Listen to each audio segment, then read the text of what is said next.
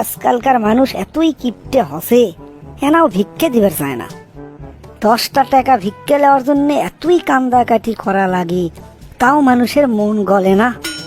এমনি কি আর ফকিরে গেলে নানান ধরনের ভেষ ধরা লাগে। কেউ পঙ্গু সাজে, কেউ কানা সাজে। যেঙ্কা আমি অসুস্থ রুগী সাজেছি, সারা শরীর ব্যান্ডেজ করছি। এই ব্যান্ডেজ করতেই 200 টাকা খরচ করছে। এই ব্যান্ডেজের টাকা তুলতেই তো আগাবেল চলে যাবি। লাভ ব্যান হয় না কি ব্যান হয়, দুঃখের গান কোতে কোতে যায়, তাও যদি কারো দয়া হয়।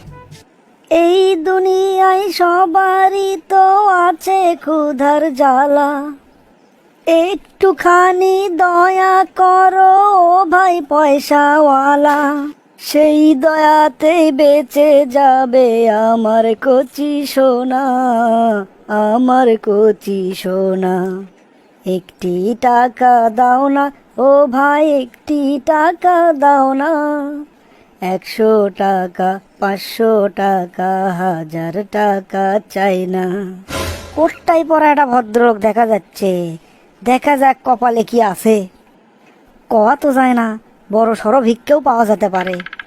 স্যার স্যার, আমি একটা অসুস্থ মানুষ, আমাকে না সাহায্য করেন। তুমি অসুস্থ মানুষ, কিন্তু তোমাকে দেখে তো অসুস্থ মনে হচ্ছে না। কি কোন স্যার, আমার সারা শরীর ব্যান্ডেজ, তাও বুঝতে পারছেন না আমি অসুস্থ? শোনো, আমার বয়স 60-এর কাছাকাছি, অনেক অভিজ্ঞতা আমার। আমার চোখে ধুলো দেওয়া এত সহজ না। স্যার আপনি কি কবার চাচ্ছেন? আমি বলতে চাচ্ছি, তুমি বেশি ভিক্ষা পাওয়ার আশায় অসুস্থতার ভান ধরছো। কি রে, এ লোক বুঝলো কেন করে? স্যার আমি সত্যি অসুস্থ স্যার, ভান ধরিনি। তুমি 2টা অপরাধ করলা। 1 নাম্বার, সুস্থ হয়ে অসুস্থতার ভান ধরছো। আর 2 নাম্বার অপরাধ হলো, এই মুহূর্তে তুমি সত্যের দোহাই দিয়ে মিথ্যা কথা বললা। ঘটনা কি রে, এই লোক এত শিওর ভাবে কেমনে জানলো? স্যার আমি আসলেই সুস্থ হয়ে অসুস্থতার ভান ধরছি, কিন্তু এটা আপনি কেমনে বুঝলেন? কিভাবে বুঝলাম সেটা তাহলে শুনবা তুমি? হ্যাঁ স্যার শুনবো। শোনো, 30 বছর আগে আমিও তোমার মতো রাস্তায় রাস্তায় ভিক্ষা করতাম। অতিরিক্ত ভিক্ষা পাওয়ার আশায় আমিও তোমার মতো এরকম সুস্থ হয়ে অসুস্থতার ভান ধরে থাকতাম। সত্যি সত্যি এরকম ভান ধরে থাকলে অনেক মানুষের মনে দয়া হয়, বেশি করে টাকা দেয়। আমি 1 পা খোঁড়া করে হাঁটার ভান করতাম।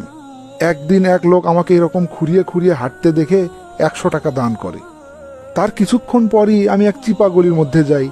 গলির মধ্যে যে পা সোজা করে স্বাভাবিকভাবে হাঁটি, তারপর ওই লোক হঠাৎ করে কোত্থেকে জানি আমার সামনে চলে আসে। সামনে এসেই ঠাস ঠাস করে 2 গালে 2টা চর মারে। আমি সেখান থেকে দৌড়ে পালাবো, সেই সময় ওই লোক আমার 2 হাত খপ করে ধরে ফেলে। ধরে আমাকে বলল, তুমি একজন শক্ত সামর্থ্য যুবক, তোমার কাজ করে খাওয়ার সামর্থ্য আছে, আর তুমি অসুস্থতার ভান করে ভিক্ষা করো। লজ্জায় আমার মুখ লাল হয়ে গেল। মাথা নিচু করে তার কথাগুলো মনোযোগ দিয়ে শুনছিলাম। তারপর তিনি আমাকে বললেন, তুমি কি জানো না, যে ব্যক্তি নিজের ভাগ্য নিজে পরিবর্তন করার চেষ্টা না করে, তার ভাগ্য স্বয়ং আল্লাহ তাআলাও পরিবর্তন করে দেন না। তখন আমি তাকে বললাম, স্যার আমি দুঃখিত, আমি আর ভিক্ষা করতে চাই না, কিন্তু আমি কিভাবে চলবো স্যার? আমার সেরকম শিক্ষাগত যোগ্যতা নাই যা দিয়ে ভালো কোনো চাকরি করতে পারবো, আবার টাকা পয়সাও নাই যে ব্যবসা করে খাবো। এই কথা শুনে উনি মুচকি হাসলেন। তারপর বললেন, শোনো, যদি তোমার উদ্দেশ্য সৎ হয় তাহলে শিক্ষাগত যোগ্যতা বা টাকা পয়সার প্রয়োজন পড়ে না। তুমি কঠোর পরিশ্রম করো, দেখবে একদিন না একদিন তুমি ঠিকই সফল হয়ে যাবে। এই কথা বলে উনি আমার হাতে 500 টাকা দিলেন, দিয়ে বললেন, যাও, এই টাকা দিয়ে ছোটখাটো একটা ব্যবসা শুরু করো, সততার সাথে পরিশ্রম করো, দেখবে এখান থেকেই তুমি একদিন অনেক বড় হয়ে যাবে। তারপর ওনার দেয়া 500 টাকা দিয়ে আমি একটা ছোট্ট চায়ের দোকান খুললাম। ফজরের নামাজ পড়ে দোকানে যেতাম, আর এশার আজান হলে বাসায় আসতাম। এভাবে পরিশ্রম করতে করতে কিছুদিনের মধ্যেই আমার চায়ের সুনাম পুরা শহরে ছড়িয়ে পড়ল। আমি একা কাজ করে কুলাতে পারতাম না, তখন একজন কর্মচারী নিয়োগ দিলাম।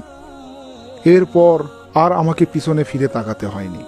30 বছরের ব্যবধানে আজ আমি এই শহরের একজন অন্যতম ধনী ব্যক্তি। এই যে রেস্টুরেন্টের মধ্যে দাঁড়িয়ে আমার সাথে কথা বলছো, এটার মালিকও আমি। স্যার আপনার গল্প শুনে এখন তো আমাকেও লজ্জা লাগিচ্ছে, আমাকে আপনি মাফ করে দেন স্যার। ঠিক আছে, ঠিক আছে। তোমাকে দেখে আমার অতীত জীবনের ঘটনাগুলো মনে পড়লো, তাই নস্টালজিক হয়ে সেগুলো তোমাকে বললাম। স্যার, আপনার গল্প শুনে আমি খুব উৎসাহ পাচ্ছি স্যার। আমিও আপনার লাগান ছোটখাটো ব্যবসা দিয়ে শুরু করব। আর ভিক্ষে করে খাবার চাই না স্যার, আপনি আমার জন্য দোয়া করবেন। হ্যাঁ, তোমার জন্য অবশ্যই দোয়া থাকবে। আর আমাকে পথ দেখানো সেই ব্যক্তিটির মতো আমিও তোমাকে কিছু টাকা দিয়ে সহযোগিতা করতে চাই। এই টাকা দিয়েই তুমি তোমার ব্যবসা শুরু করো। স্যার, আপনি খুব মহান স্যার। আল্লাহ আপনাকে আরো বড় করুক স্যার।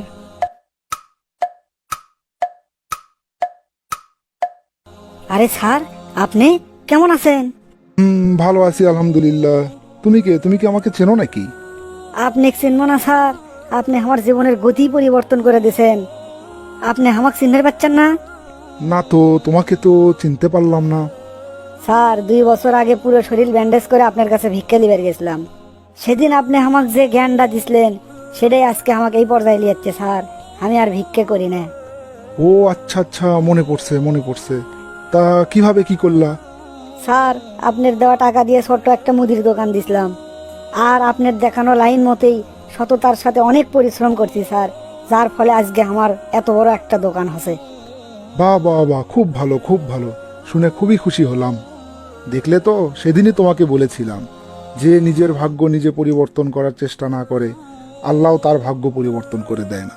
আজকে তার প্রমাণ পেলে। জি স্যার, এখন আমি অনেক সচ্ছল। আমার আন্ডারে 10 জন লোক কাজ করে। আপনি আমার জন্য দোয়া করবেন স্যার, আমি যেন সারা জীবন সততার সাথেই থাকতে পারি।